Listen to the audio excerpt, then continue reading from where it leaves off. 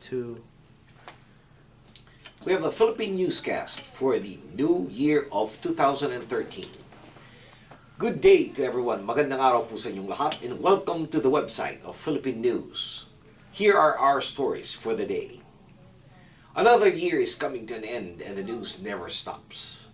Just last December 17th, the Senate approved the RH bill, commonly called Reproductive Health Bill, that also passed on a third reading in the House of Representatives.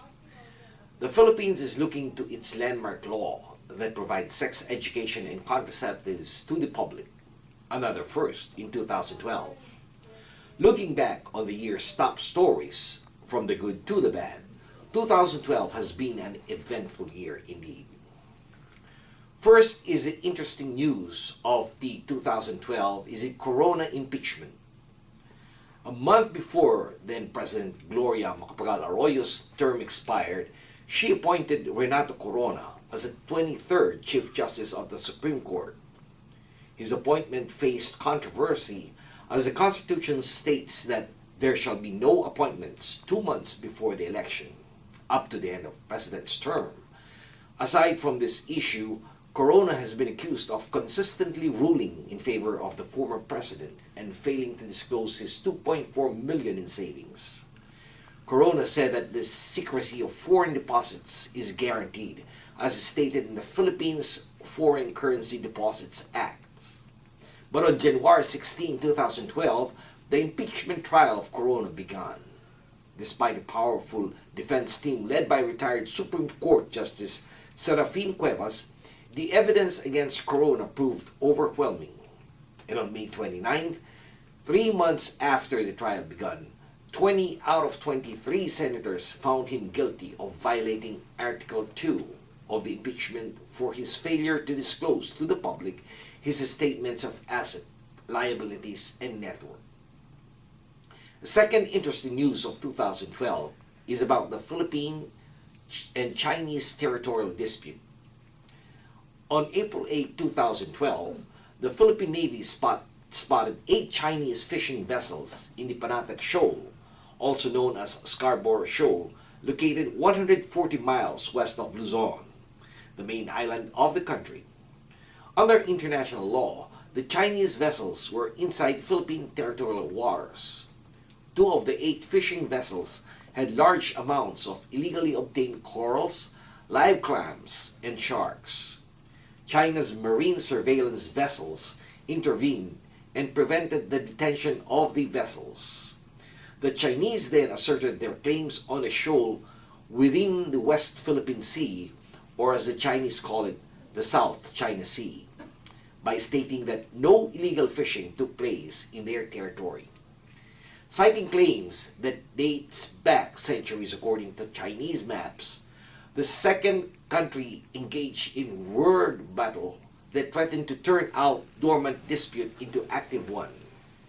Throughout the year, China continued to assert its claims over Panatag Shoal and is in dispute with other Southeast Asian countries neighboring like Japan, Taiwan, Vietnam, and Brunei.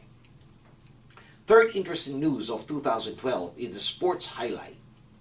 It was June of 2012 when Manny Pacquiao lost his WBO welterweight championship belt to Timothy Bradley in a surprising split decision. The Bradley win sparked controversy and accusations of corruption in boxing. 4 days after the fight, the WBO's championship committee reviewed the judge's decision and declared that Pacquiao should have won. However, the decision could not be reversed, and the WBO championship committee recommended a rematch instead. On another event, the 2012 Summer Olympics held at London took place from July 27 to August 12. The 11 Filipino participants failed to bring home any medal, although one came close in boxing. The next Summer Olympics in 2016 will be hosted by Brazil. The fourth interesting news of 2012 is that we now come to recognize the late great notable Filipinos.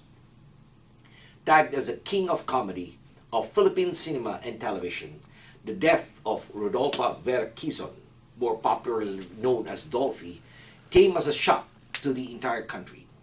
He died on July 10 at the age of 83, 15 days shy of his 84th birthday. His death was due to multiple organ failure, secondary to complications brought by pneumonia, chronic obstructive pulmonary disease, and acute renal failure, or simply put, old age. 1 month later, a rising younger government official was cut down in his prime.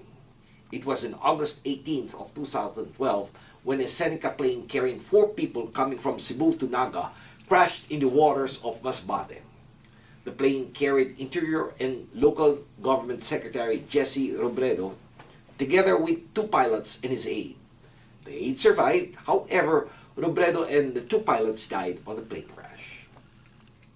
Fifth interesting news of 2012 is that we have the very first female Chief Justice of the Supreme Court. As the country mourned its loss of a competent and humble politician from Naga, President Benigno Aquino appointed the first female Chief Justice in the country's history in the person of Maria Lourdes Sereno. At 52 years of age, she became the country's 24th Chief Justice, replacing the impeached Corona. She was then replaced as Associate Justice by the second youngest appointee in the Supreme Court history, Marivic Leonen. The appointment of Leonen was not without controversy. Critics called it another questionable judicial appointment by the President. The sixth interesting news of 2012 is about the natural calamities that hit the Philippines.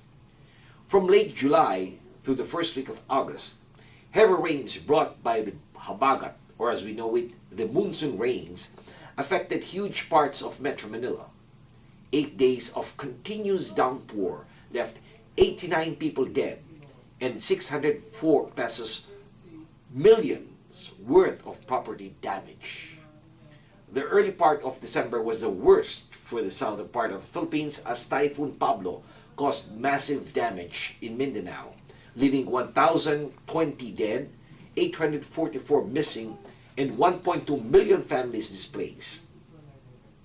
Seventh interesting news of 2012 is shown on the side of the cyber world.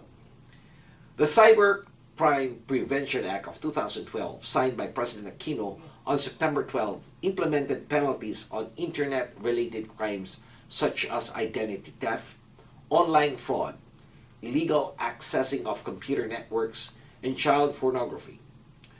But provisions related to libel restricted freedom of expression, such as comments on social networking sites deemed libelous, can result in possible prosecution. On October 9, the High Court suspended the law for 120 days after 15 petitions were filed with the court opposing the law. Oral arguments are set for January of 2013.